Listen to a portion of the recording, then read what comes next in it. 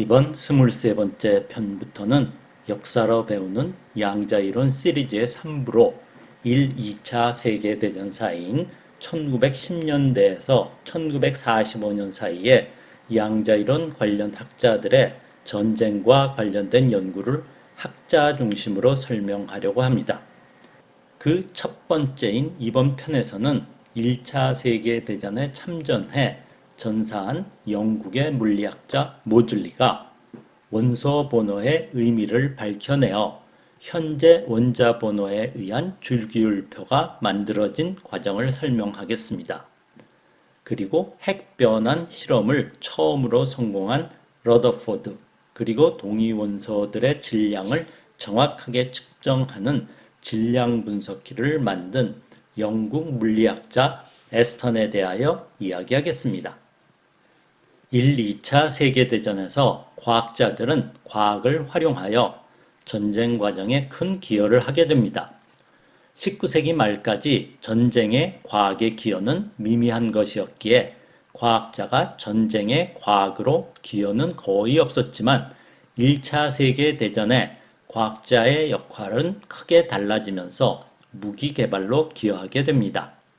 화학자 하버는 공기 중 질소를 고정하여 암모니아 합성 방법을 개발하여 비료 생산에 의한 획기적인 식량 증산으로 인류를 기아에서 해방시키는 인류 문명 발전에 큰 공헌을 했습니다. 질소 고정은 폭약 지조를 위한 원료 공급으로 독일이 독자적으로 전쟁 수행을 가능하게 하였습니다. 그러나 하버는 독가스도 개발하여 1차 대전에 사용하여 많은 군인이 희생되었고 2차 대전에서는 유대인을 학살하는 데 사용되어 엄청난 인명살상의 도구가 됩니다. 유대인인 하버는 결국 나치로부터 쫓겨나고 개발한 독가스로 친척과 동족을 살상한 셈입니다. 전쟁은 항상 많은 인명과 재산에 피해를 주지만 1차 세계대전은 그 이전에 유례가 없을 정도였습니다. 1914년에 시작되어 1918년에 끝난 1차 세계대전은 양자이론이 태동되던 시기와 겹쳐집니다. 양자이론에 기여한 젊은 과학자들 중에 1차 세계대전에 참전하기도 하고 희생되기도 합니다. 1차 세계대전에서 가장 큰 양자이론 학계의 손실은 영국의 모즐리의 전사입니다.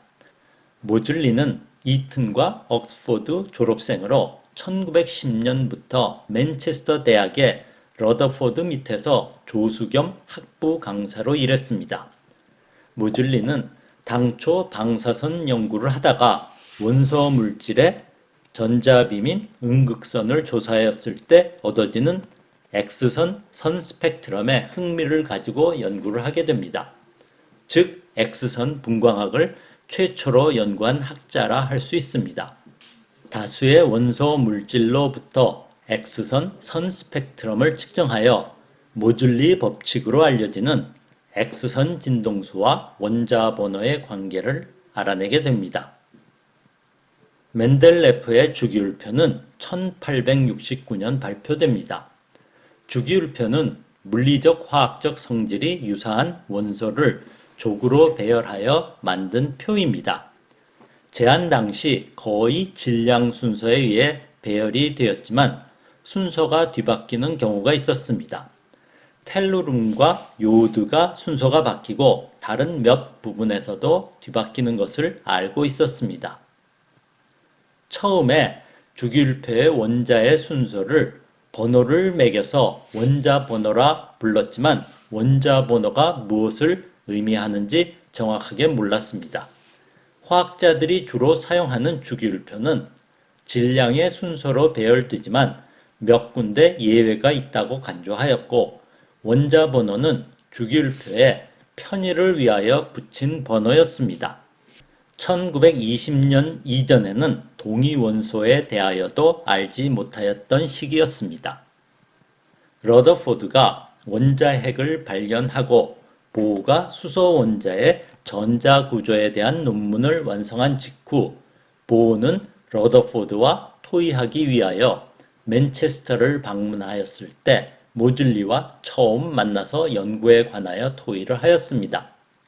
보어는 주기율표에서 원소의 순서는 질량보다는 원자 번호에 따라야 한다고 이전부터 생각하고 있었고, 모즐리의 실험 결과는 이를 뒷받침할 수 있을 것으로 생각하게 됩니다. 원자 번호를 기준으로 하게 됨에 따라 질량 차이에 의한 물리적 성질이 다른 원소들, 즉 동위 원소를 주기율표상의 동일한 위치에 놓을 수 있고, X선 선 스펙트럼은 보어의 양자화된 전자궤도 이론을 뒷받침할 수 있게 됩니다. 원소로부터 X선 선 스펙트럼들은 원소에 따라 K라인이 있는데, 이는 수소 원자의 라이만 시리즈에 해당하는 것으로 양자수 n이 2에서 1로 전자전이가 일어나면서 방출하는 선 스펙트럼으로 X선 영역에서 발생합니다. 보어의 이론식에 의한 전이에 의한 선 스펙트럼은 보여지는 바와 같습니다. 여기서 G는 원자 번호로 원자핵의 양전하의 수를 의미합니다. 그런데 당시 원자 번호가 하나 적은 G-1이 되는 이유는 알지 못했는데, 그것은 제일 낮은 궤도에 전자가 2개 쌍으로 존재하는데 남은 한 개가 핵 전하를 가리는 가리움 효과에 의하여 느끼는 핵 전하가 G-1이 되는 것입니다. 이것은 후에 파울리 베타 원리에 의하여 알게 되지만 모즐리는 정확한 이유를 설명하지 못합니다. 식을 정리하면 보여지는 바와 같이 실험적으로 얻어지는 모즐리 법칙을 설명할 수 있습니다. 원자는 원자 번호, 즉 원자핵의 양전하수, 따라서 중성 원자의 경우 전자수에 따라 원자를 배열해야 한다는 것을 알 수 있습니다. 1차 대전이 발발하자 모즐리는 장교로 자원 입대하여 역사상 가장 처절한 전투 중 하나인 갈리폴리 전투에 투입되어 1915년 8월 28세의 젊은 나이에 전사합니다. 러더포드는 1차 대전 기간 중에 영국 해군을 위하여 잠수함 탐지 방법을 연구하였는데, 맨체스터 대학의 연구실을 거의 혼자 운영하면서 틈틈이 원자핵에 관한 연구도 수행하였습니다.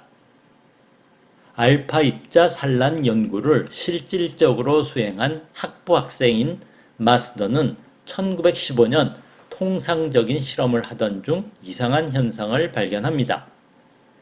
작은 유리관 속에 있는 라돈 가스에서 방출하는 알파 입자를 수소 원자와 충돌하는 실험을 하였는데, 알파 입자가 수소와 충돌하면 튕겨나가면서 형광막에 부딪혀 형광을 발하게 하는 실험이었습니다. 그런데 수소를 넣기 위하여 공기를 빼는 과정에서도 마치 수소 원자가 있는 것과 같이 형광을 관찰할 수 있었습니다. 마스더는 방사능 물질 자체에서 수소 원자가 나온다고 추측했는데, 그렇다면 굉장히 놀라운 사실이었습니다. 마스더는 1915년 뉴질랜드의 빅토리아 대학의 교수로 임용되어 떠났고, 러더포드가 수소 발생을 추적하는 연구를 계속했습니다. 공기 중에도 미량의 수소가 있기 때문에 수소의 오염을 완전히 제거하는 데 열중하였는데, 순수한 질소만을 채웠을 때 수소 원자의 형광이 상당히 증가하는 것을 발견하게 됩니다. 실험 결과로부터 수소 원자가 방사능 물질에서만 나오는 것이 아니라 질소로부터도 나온다는 것을 밝혀냅니다. 즉 알파 입자와 충돌한 질소 원자는 붕괴되어 17질량의 산소 동위원소와 수소가 만들어지는 것을 관찰한 것입니다. 이 결과는 인류 역사에서 원자를 변환시키기 위한 연금술의 노력을 처음으로 이루어낸 것이라 할 수 있습니다. 원자핵 반응에 의하여 원소를 변화시킨 첫 실험으로 핵을 연구하는 새로운 방법을 제공하였습니다. 이 연구 결과는 1919년 맨체스터 대학을 떠나 캠브리지 대학의 캐빈디시 연구소로 옮기기 직전에 발표합니다. 캐빈디시에서 영국의 물리학자 체드윅과 계속 연구를 진행하여 다른 가벼운 원자들도 붕괴시킬 수 있는지를 연구하였습니다. 붕소, 플루오르, 소듐, 알루미늄, 인이 붕괴하는 것을 알아냅니다. 그러나 무거운 원자의 경우 핵의 양전하가 크기 때문에 자연 방사능으로부터 알파 입자는 전하 장벽을 뚫고 들어가기에는 힘이 약했습니다.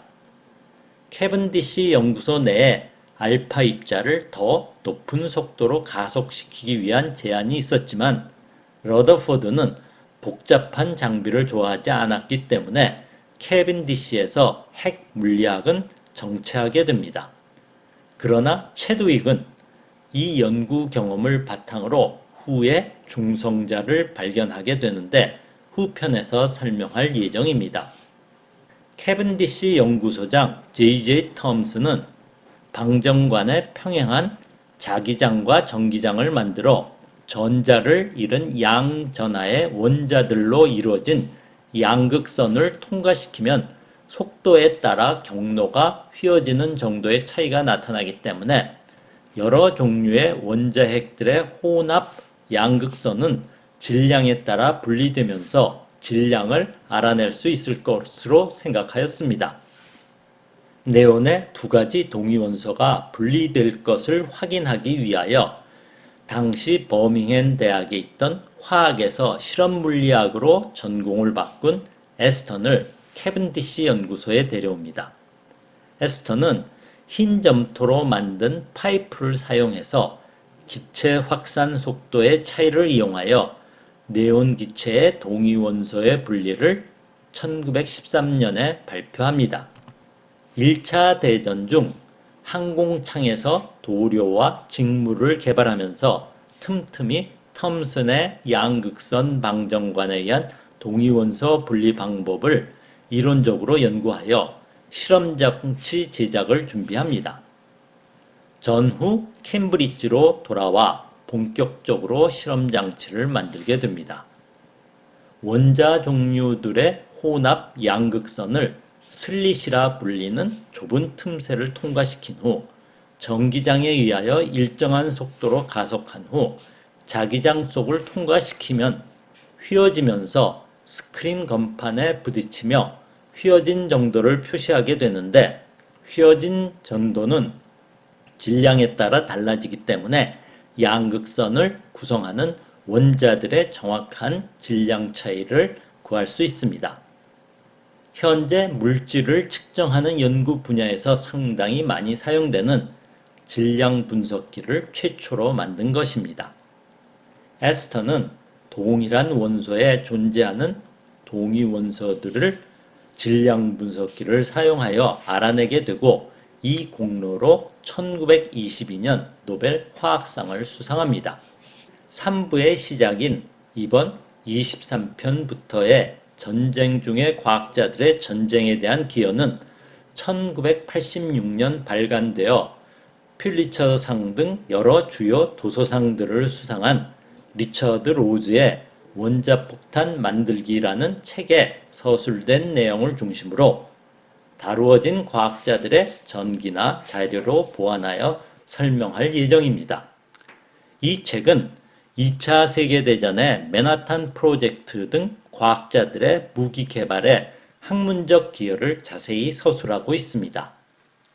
이번 편을 요약하면 1차 대전에 참전하여 전사한 모즐리는 X선 분광학으로 원자 번호가 원자핵의 양전하수라는 것을 알아내어 주기율표를 원자 번호에 의하여 만들어져야 한다는 것을 알았고 러더포드는 1차 세계대전 중 전쟁에 기여하는 연구를 하면서 틈틈이 연구하여 알파 입자가 질소에 충돌하면 산소와 수소가 만들어져 핵 반응에 의하여 핵 변환이 일어난다는 것을 처음 밝혔고 에스턴은 1차 대전 중 역시 전쟁 뒤어 연구를 하면서 틈틈이 질량 분석기에 대한 이론적 연구를 하여 전후 질량 분석기를 제작하여 동위 원소들의 질량을 정확히 측정하였습니다. 다음 편은 1930년대 들어서면서 히틀러의 나치가 독일 정권을 잡고 유대인을 탄압하면서 양자이론 확립에 중요한 역할을 한 유대계 과학자의 독일 탈출에 대하여 이야기하겠습니다.